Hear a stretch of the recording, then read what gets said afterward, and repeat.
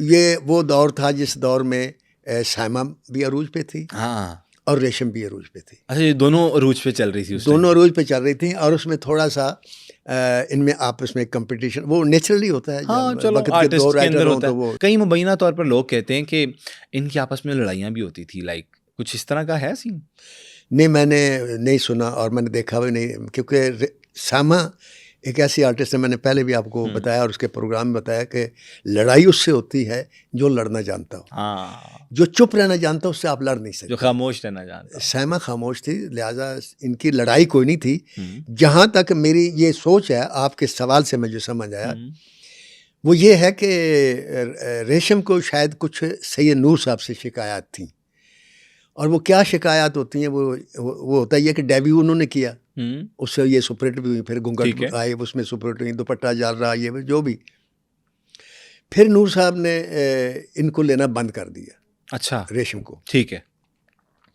اچھا یہ ایک بن جاتا ہے, ایک ٹیم بن جاتی ہے نا, اس ٹیم میں جب کسی کو آپ نکال دیتے ہیں تو نیچرلی دکھ تو ہوتا ہے. پھر ہم آپ دونوں آپس میں پروگرام کر رہے ہیں, کل آپ مجھے فون کریں کہ نا صاحب آج آپ کی ضرورت نہیں ہے تو میں تو نہیں آؤں گا, لیکن فیل تو ہوتا ہے نا کہ ٹیم. اسی طرح ایک ڈائریکٹر کی ٹیم ہوتی ہے, وہ اس کو پتہ ہوتا ہے یہ اس ڈائریکٹر کو سائن کریں گے, یہ رائٹر ہوگا ضرور ہوگا, یہ میوزک ڈائریکٹر ہوگا, یہ ایک ٹیم ہوتی ہے, یہ پروڈکشن ٹیم ہوگی, یہ ساری ٹیم بن جاتی ہے. تو وہ جس وقت کسی کو آپ ٹیم سے نکال دیتے ہیں کسی بھی وجہ سے تو اس کو شکایت ہوتی ہے. تو کوئی اہم وجہ پتہ چلی تھی آپ کو؟ کوئی اہم وجہ سوائے اس کے نہیں دیکھے کہ سید نور صاحب نے سائمہ جی سے شادی کر لی. جب شادی کر لی تو صاف ظاہر ہے کہ ان کے لیے فرسٹ پریفرنس سائمہ تھی. بڑی سمپل سی بات. تو اس میں ہم ان کو مورد الزام نہیں ٹھہرا سکتے. اور اگر یہ گلہ ریشم جی کو تھا اس وجہ سے کہ وہ سائمہ جی کو پریفرنس دیتے ہیں یا ان کو لیتے ہیں, مجھے نہیں لیتے, تو میں نہیں سمجھتا کہ یہ ان کا شکوہ بجا ہے. ہاں کیونکہ یہ ان کا سید نور صاحب کا رائٹ تھا. صحیح کہہ رہے ہیں. تو ریشم جی کو سید نور سے میں سمجھتا ہوں کہ گلہ نہیں ہونا چاہیے, کیونکہ جو محسن ہوتا ہے جو اس کا احسان کبھی بھولنا نہیں چاہیے. صحیح بات ہے کہ اگر سید نور نہ ہوتے تو میرے خیال میں آج ریشم بھی نہ ہوتی, کیونکہ وہی لے کر آئے جیوا میں اس کو, پھر گھونگھٹ میں دیا, پھر دوپٹہ جالرا میں دیا, پھر تو ایک آدمی نے آپ کو اگر کسی مقام تک پش دیا, مقام تک پہنچایا ہے, تو اگر وہ آج آپ کے پیچھے نہیں رہا تو اس کا یہ مطلب نہیں کہ وہ آپ اس کے ساتھ لڑائی کریں یا کوئی گلا شکوہ کریں. میں سمجھتا ہوں نہیں کرنا چاہیے, کیونکہ میں وہ جیسے کہتا ہوں کہ فیصلے آسمان پر ہوتے ہیں, زمین پر صرف عمل ہوتا ہے.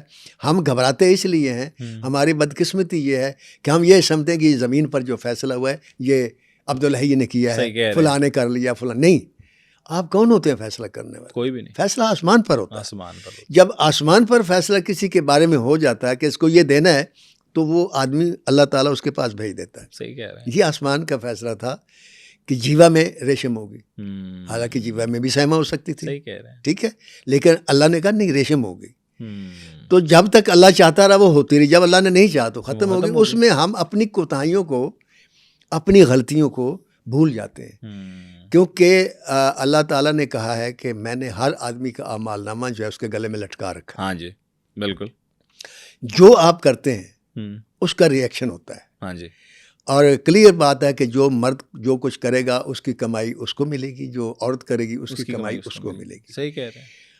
ہم بعض دفعہ اپنا آپ کسی آدمی سے اپنے غلط بیہیویئر سے بھی دور کر لیتے ہیں, اپنی غلط گفتگو سے دور کر لیتے ہیں. تو ہمیں سب سے پہلے اپنا محاسبہ کرنا چاہیے. ہاں جی. وہ آپ ہوں یا میں ہوں, کوئی بھی ہو, کہ اگر کوئی آدمی میرے سے ناراض ہے تو مجھے پتہ ہونا, مجھے سوچنا چاہیے کیوں ناراض ہے. جس وجہ سے ناراض ہے وہ میں وجہ ختم کر دوں گا, وہ میرے ساتھ راضی ہو جائے گا. اور اگر میں اس وجہ کو ختم نہیں کرتا تو ناراضگی اور دوری جو ہے وہ بڑھتی چلی جائے گی. بالکل صحیح کہہ رہے ہیں. لہٰذا یہ ہم اپنے سامعین اور ناظرین کو یہی بتانا چاہتے ہیں کہ آپ گلہ کرنا چھوڑ دیں, اور توکل گلہ اللہ سے کریں. آپ کے عمر کو آدھا کر دیتا ہے. اچھا. ہاں جی, کیونکہ اس دنیا میں کئی لوگ ہیں جو آپ کے ساتھ زیادتی بھی کریں گے, آپ کے ساتھ دھوکہ بھی ہو جائے گا, پیسے مار لیں گے, گالی بھی دے سکتے ہیں, تھپڑ بھی مار سکتے ہیں. اگر آپ کو کسی نے تھپڑ مارا, آپ صرف یہ سوچیں کہ اس نے کیوں مارا. اگر بجائے اس کے کہ آپ اس سے گلہ کریں گے تھپڑ کے, صرف سوچیں کہ مارا کیوں. جس نے کبھی آپ کو نہیں مارا اس نے تھپڑ مارا, کوئی تو بات ہوگی. تو اس وجہ کو آپ سب سے پہلے اپنے کٹہرے میں جج بن جائیں اور اپنے آپ کو کھڑا کریں. ہماری پرابلم یہاں شروع ہوتی ہے کہ ہم جج بنتے ہیں دوسرے کو سامنے کھڑا کر لیتے ہیں.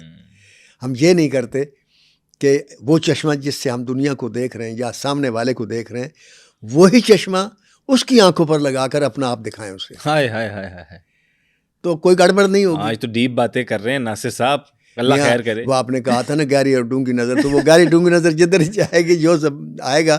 میں کوئی پلانٹڈ تو بولتا نہیں, جو سوچتا ہے وہ جو میرے سامنے آتا ہے میں بول دیتا ہوں. ایسا ہی ہے.